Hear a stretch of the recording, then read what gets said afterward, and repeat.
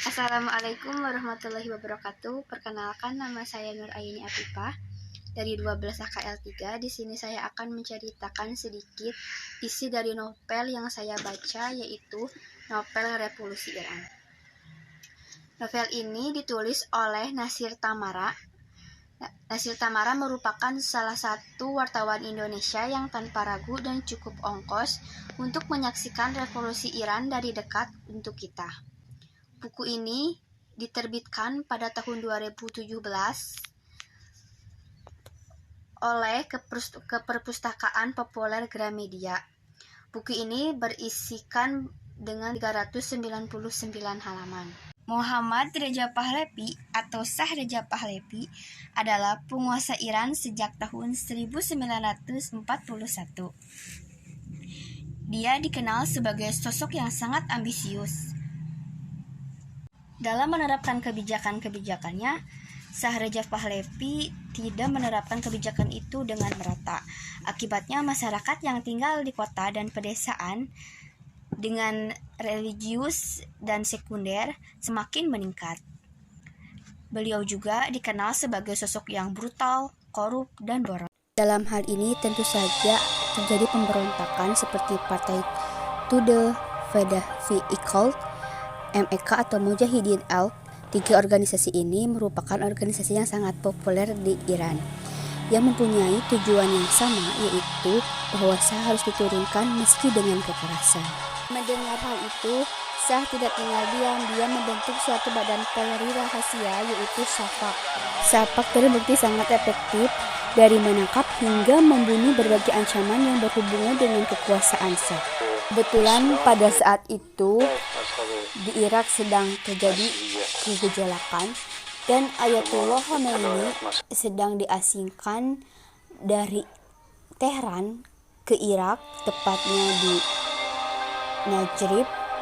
Tidak menghentikan beliau dalam mengkritik dan memberikan Shah dengan cara yang unik, yaitu merekam suara, khususnya di masjid-masjid yang disebarluaskan.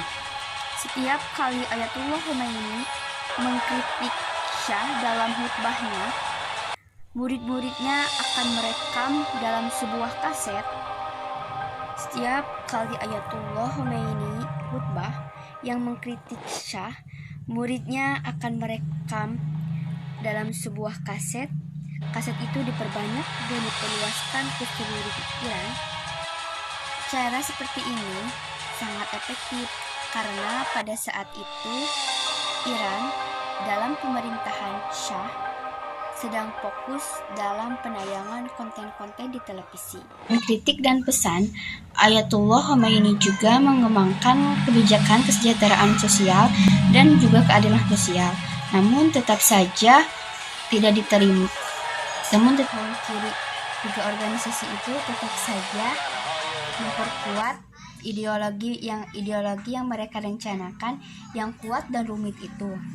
Sedangkan pesan-pesan dan kebijakan Ayatullah dapat diterima dengan baik oleh masyarakat Iran yang bermayoritas agama Shia. Kalau mereka percaya dengan kuat bahwa Khomeini itu tidak bisa memimpin negara dan ingin menjadikan dia sebagai bahan revolusi. Tentu saja itu sangat salah. Hari demi hari, protes dan demonstrasi semakin merebak dan banyak korban yang berjatuhan.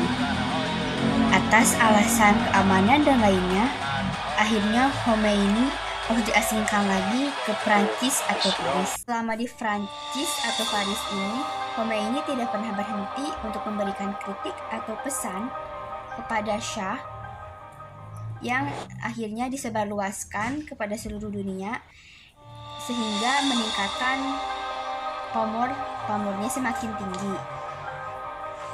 Lalu setelah itu Khomeini memutuskan untuk kembali ke Iran.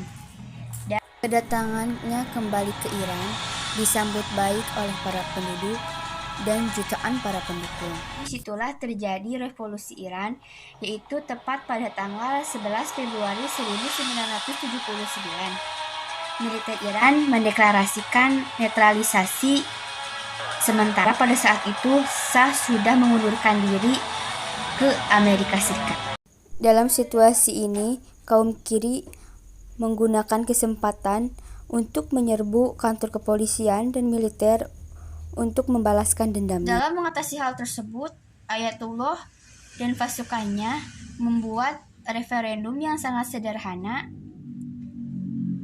dan menginginkan negara Iran sebagai lalu Iran melakukan amandemen konstitusi yang memberikan kesempatan kepada pemimpin agama, atau dalam perkumpulan ini masyarakat dapat memilih presiden atau ahli agama. Namun dalam hal ini tentu saja mungkin tidak diterima baik sesuai dengan tujuan dari 3 organisasi tersebut. Masyarakat Iran sadar ternyata merekalah yang menjadi alat revolusi Khomeini. Organisasi MEK mulai resah dan mereka memutuskan untuk kembali melawan pemerintahan sebagai teroris dan percobaan pembunuhan kepada peninggi-peninggi Iran. Yang dilakukan organisasi MEK tersebut ironisnya dibantu oleh Amerika Serikat, Inggris, dan salah satu masyarakat Uni Soviet, sehingga menyebabkan banyak masyarakat Iran yang bertobat dan banyak teroris-teroris yang ditangkap. Pada tahun 1980 terjadi perang pecah antara Iran dan Irak.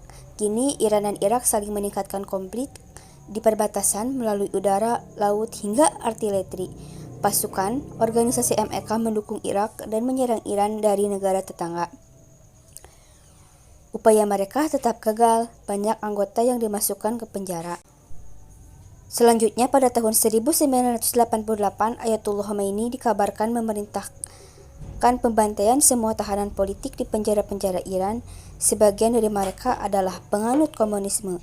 Hingga kini, organisasi MEK masih tetap ada hingga sekarang dan beroperasi di luar Iran. Saya merasa bahwa buku ini merupakan bahan informasi yang sangat penting dan berharga bagi yang ingin mengetahui apa yang sebenarnya terjadi di kota Iran. Sekian dari saya. Semoga jadi revolusi Iran adalah dikenal sebagai sebutan revolusi Islam, yaitu yang mengubah Iran dari monarki di bawah Shah Muhammad Reza Pahlavi menjadi republik Islam yang dipimpin oleh Ayatullah Agung Ruhollah Khomeini, pemimpin revolusi dari pendiri Republik Islam. Semoga bermanfaat. Mohon maaf bila ada kekurangan. Wabillahi taufiq wal hidayah. Wassalamualaikum warahmatullahi wabarakatuh.